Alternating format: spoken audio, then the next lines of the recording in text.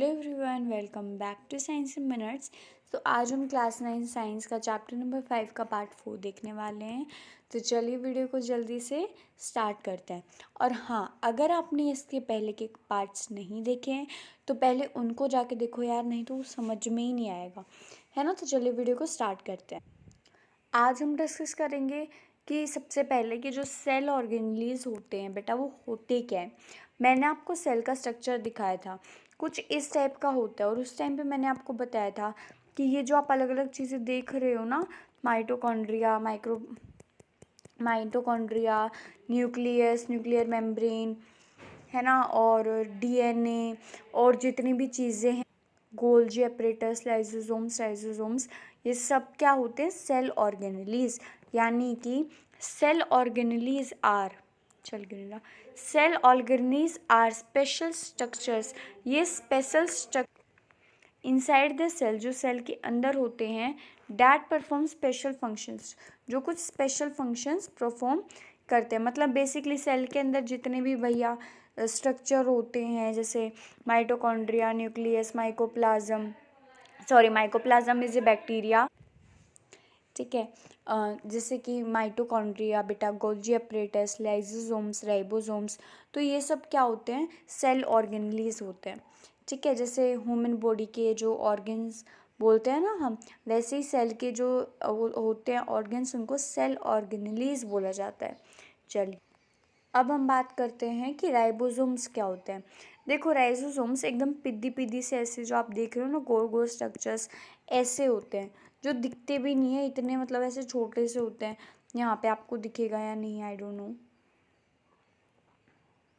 Okay, you can see that. यहाँ पे छोटे छोटे, एकदम बिल्कुल छोटे छोटे होते हैं, ठीक है, गोले गोले। राइबोसोम्स आर टीनी स्ट्रक्चर्स, ये बहुत छोटे होते हैं।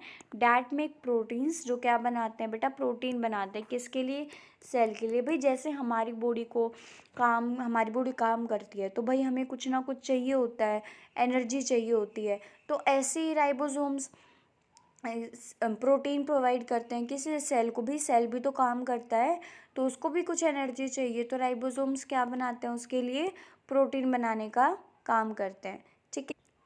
अब हम बात करते हैं एंडोप्लाज्मिक रेटिकुलम क्या होता है। इसे हम शॉर्ट फॉर्म में ईआर बोलते हैं।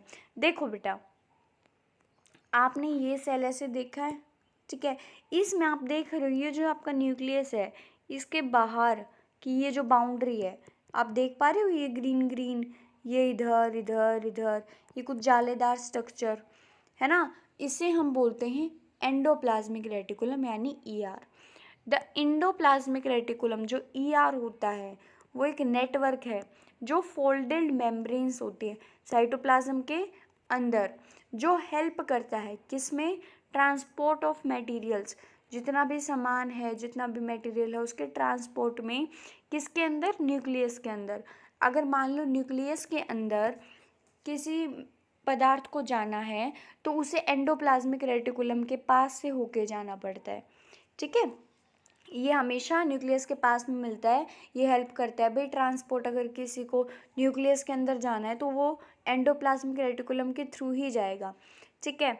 और एक ये फोल्डेड मेम्ब्रेन होती है, जो कि ट्रांसपोर्ट ऑफ मटेरियल में हेल्प करती है, ठीक है। और इसे हम ईआर भी बोलते हैं। साइटोप्लाज्म के अंदर होती है, न्यूक्लियस के पास में मिलती है। दो टाइप होते हैं एंडोप्लाज्मिक रेटिकुलम के। एक होता है स्मूथ एंडोप्लाज्मिक रेटिकुलम, जिसे हम SER बोलते हैं। एक होता है रफ एंडोप्लाज्मिक रेटिकुलम, जिसे हम RER बोलते हैं। इसे रफ क्यों बोलते हैं और इसे स्मूथ क्यों बोलते हैं, क्योंकि कुछ एंडोप्लाज्मिक रेटिकुलम के पास जैसे नॉर्मल होती हैं वो, उनके ऊपर ना ऐसे राइबोसोम्स नहीं चिपके होते, ठीक है। और कुछ एंडोप्लाज्मिक रेटिकुलम के ऊपर ना ऐसे, ये देख पा रहे हो, राइबोसोम्स चिपके हुए हैं। तो जिनके ऊपर राइबोसोम्स चिपके हुए हैं, अब वो थोड़ा सा खुदरा खुदरा सा हो गया, इसलिए हम बोलते हैं उसे RER यानी कि रफ एंडोप्लाज्मिक रेटिकुलम। जिनके ऊपर नहीं होते हैं राइबोसोम्स, अब वो स्मूथ होती हैं, वो चारों साइड से एक जैसी होती है, इसलिए उनको SER स्मूथ एंडोप्लाज्मिक रेटिकुलम कहा जाता है। अब हम देखते हैं कि लाइजोसोम्स क्या होते हैं। लाइजोसोम्स को ना suicidal bags of the cell भी बोला जाता है। इसमें क्या है, लाइजोसोम्स बहुत ही छोटे सैक लाइक स्ट्रक्चर्स होते हैं, ठीक है। फिल्ड विद डाइजेस्टिव एंजाइम्स, यानी कि लाइसोसोम्स बहुत ही छोटे, एकदम सैक होता है, बोरी, मतलब एक बोरी जैसे स्ट्रक्चर होते हैं जिनके अंदर बहुत सारे डाइजेस्टिव एंजाइम्स होते हैं। यानी कि ये क्या करता है बेसिकली, आप देख रहे हो इनके अंदर ऐसे डाइजेस्टिव होता है और ये बोरी जैसे दिखते हैं, बहुत छोटे होते हैं। जैसे कि मान लो भी सेल के अंदर भी अब सामान जाता है, काफ़ी सारी चीज़ें होती हैं, तो अब उनको डाइजेस्ट करना पड़ता है, तो डाइजेस्ट करने के लिए लाइसोसोम्स के पास जाते हैं।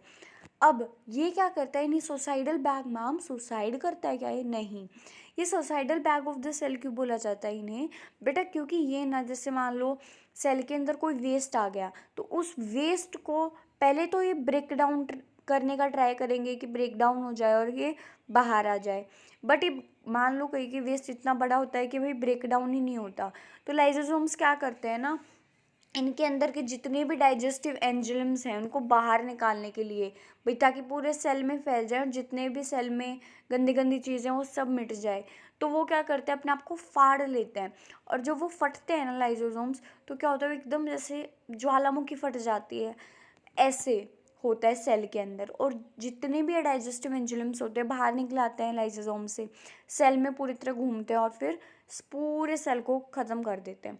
ठीक है, यानी कि जब भी ये फटता है ना, पूरा सेल बर्बाद हो जाता है, इसीलिए इन्हें suicidal bag of the cell बोला जाता है। ठीक है, ये डाइजेस्टिव एंजाइम्स कैरी करते हैं, ब्रेक डाउन करने में हेल्प करते हैं, वेस्ट का भी और अदर मटेरियल्स का भी। They help in cleaning the cell, keeping the cell clean and healthy, भाई सेल को हेल्दी रखता है क्योंकि जितने भी वेस्ट आता है उनको ब्रेक डाउन कर देता है। अब हम बात करते हैं गोल्जी अपरेटस की। गोल्जी अपरेटस भी ना थोड़ा थोड़ा एंडोप्लाज्मिक रेटिकुलम की तरह होता है। इसमें क्या होता है, इसमें से पाउच होते हैं, देख पा रहे हो, जैसे कि ये पाउच, एक ये पाउच, एक ये वाला पाउच, एक ये वाला पाउच, एक ये वाला पाउच, जिसमें लड़कियां अपने मेकअप के सामान लेके जाती है, है ना। तो ऐसे ही ने ये क्या होते हैं, गोल्जी अपरेटस एक टाइप से पाउच जैसे स्ट्रक्चर होते हैं। अच्छा, इनके बीच में ना स्पेस होता है, ये चिपके हुए नहीं, इनके बीच में स्पेस है बेटा। गोल्जी अपरेटस क्या है, मेम्ब्रेन बाउंड, मतलब इनके अंदर अपनी खुद की मेम्ब्रेन होती है। ठीक है, ये मेम्ब्रेन बाउंड होते हैं और जो साइटोप्लाज्म के अंदर मिलते हैं। ये क्या करते हैं, मॉडिफाई करते हैं। मान लो जो भी प्रोटीन बना, ठीक है, चाहे वो एंडोप्लाज्मिक रेटिकुलम के ऊपर लगे हुए राइबोसोम्स बनाए, ठीक है, या फिर ऐसे ही भाई सेल के अंदर जो राइबोसोम्स होते हैं, मान लो उन्होंने क्या बनाया, प्रोटीन बनाया, तो वो प्रोटीन किसके पास आता है, गोल्जी अपरेटस, यानी कि गोल्जी बॉडीज़ की इनके पास में आता है।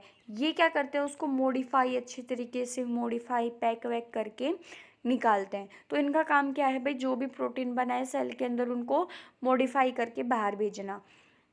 तो ये क्या होते हैं, मेम्ब्रेन बाउंड सेल ऑर्गेनेली है, साइटोप्लाज्म के अंदर होता है, मॉडिफाई और पैकेज करके देता है प्रोटीन्स की, चाहे वो एंडोप्लाज्मिक रेटिकुलम से मिले हो चाहे राइबोसोम से मिले हो।